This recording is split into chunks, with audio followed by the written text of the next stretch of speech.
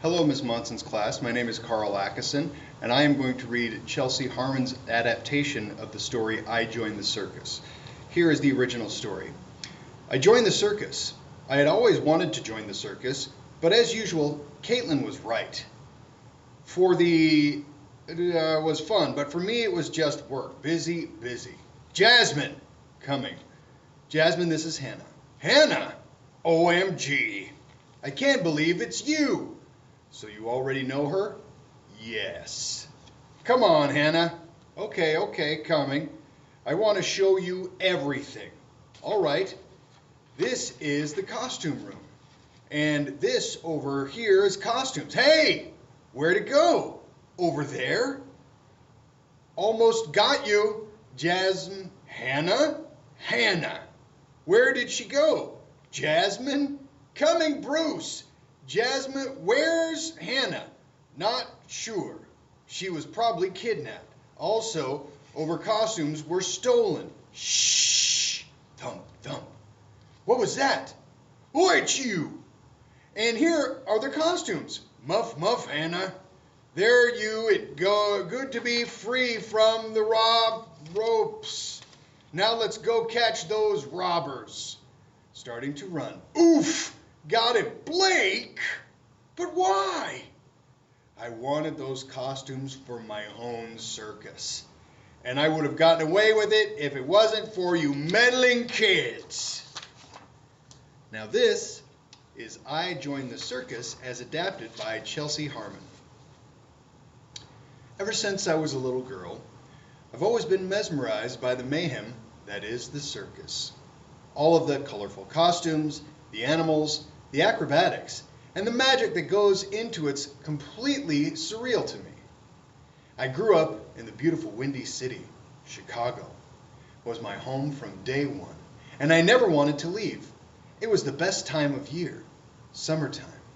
Chicago was bursting at the seams with commotion. Everyone knew that the circus was coming to town, and that was the heart of the city's excitement. The town was plastered with posters promoting the well-known event, and children could hardly wait the entire 2 weeks for them to get here and set up.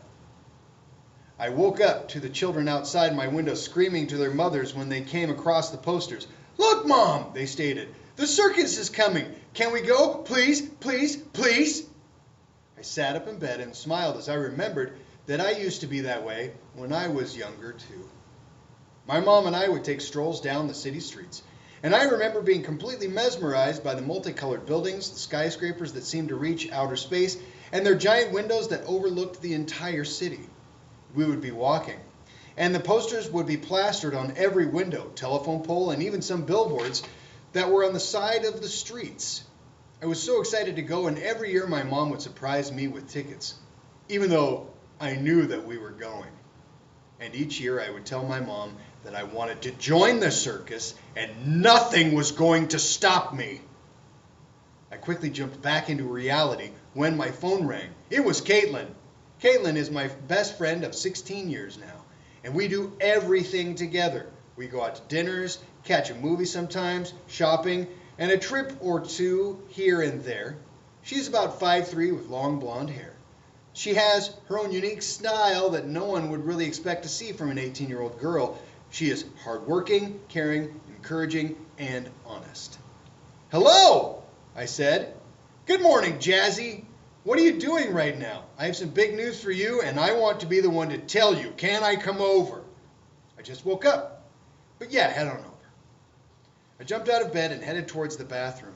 I quickly brushed through my tangled, curled-up hair and threw it up in a bun and brushed my teeth.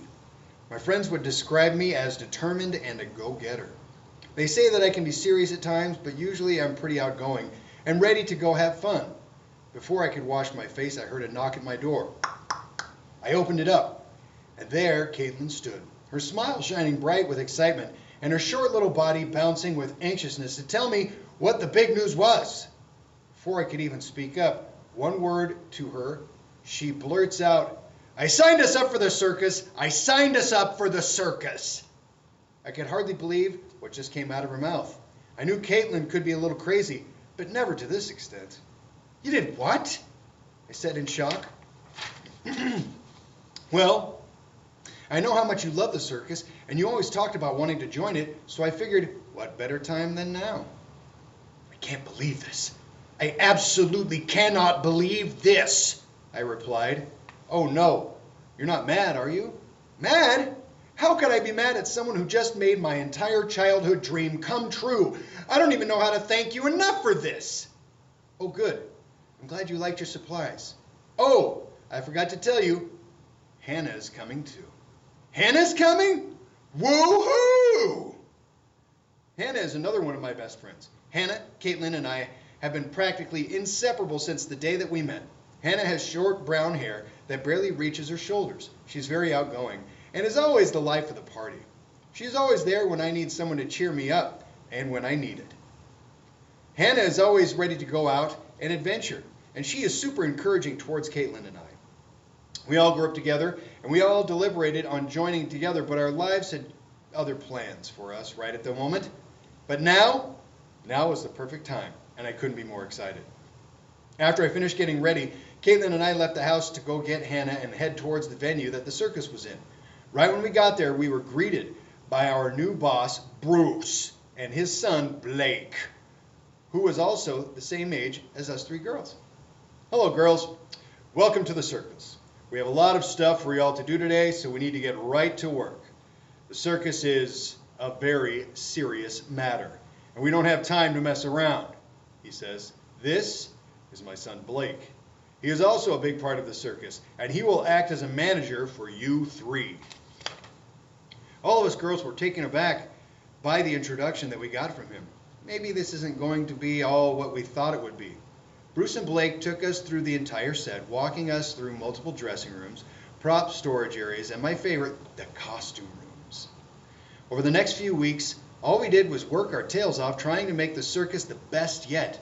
It was all work, work, busy, busy for us three, and by the end of those few weeks, I contemplating on wanting to stay with the circus. I told Hannah and Caitlin about how I was feeling, and they were totally understanding. The circus is supposed to be fun, but with fun comes work, and lots of it. We knew what we were picturing when we saw this in our heads, and in the end, the work will be worth it. Just stick it out, said Hannah. I totally agree. It has to be hard before it gets easier, Caitlin said. And we were both absolutely correct. I couldn't just give up when things got a little difficult and busy. I had to stick it out. A few days after the conversation with Hannah and Caitlin, we arrived to work together to find everyone in a panic. It was about an hour before showtime, and every single one of the costumes were missing, and mysteriously so was Blake. When we first met Blake, we noticed that something was a little off about him. He would constantly sneak away, and when no one was looking to place questionable phone calls to someone who he wouldn't name, he would just say it was a business call. But his dad collected all of the incoming and outgoing business calls. He would also spend a strange amount of time in the costume room. Sometimes he would spend hours in there. Jasmine, Hannah, Caitlin, thank goodness you're here. We need your help. We have a major problem. All of our costumes have gone missing, and so has Blake. We need your help to search for them, Bruce says in a panic. Don't worry, Bruce. We will find the costumes and Blake. We have a lot to do. Let's go, girls. The show must go on, Caitlin said. We have searched that entire place 5 or 6 times before we found Blake, hiding away in a back room, with a large burlap sack flung over his left shoulder. He was facing the back wall and was on the phone with someone when we walked in. Yeah, I have them, and no, they don't suspect it was me at all. I really think I had them fooled. They actually thought I cared about their little amateur circus. What fools, he exclaimed. I should be returning very shortly to drop off these costumes at our own event. I am ready to blow this out of the water. Good thing Bruce had walked up behind us to hear the entire statement from him. He was astonished. Blake hung up the phone and turned around to see us all standing in the doorway. Oh, hey guys. How long have you been standing there? Long enough, Bruce. Hand over the costumes, Blake, before I call 911 and have you arrested for theft. I cannot believe you would try to ruin my circus. My own son, trying to completely ruin everything that I've worked for. I cannot believe this. Why would you even try? I just wanted to make my own circus. I wanted to be successful and make a name for myself. I wanted to prove that I could do something great and accomplish it all on my own. I couldn't find costumes as great as these ones, so I decided I was just going to take them, he said. Well, you're not taking them. Place the bag on the floor, leave my circus right this instant, and don't come back. You aren't welcome here anymore, Bruce said with rage. Blake did as he was told and sank his head to the ground as he walked out of the room. Hannah, Caitlin, and I all stood there completely astonished. We could hardly believe what had happened. Before we had time to process, Bruce says, "What are you three just standing there for? We have a show to put on." The three of us scrambled to get ready to make the show perfect. Everyone cheered as we finished. The show went off without any issues, and right as we finished, I made the decision that I was not leaving my childhood dream anytime soon. I wanted to feel this amazing after every accomplishment, and with my two best friends, none of this would have been possible. The end.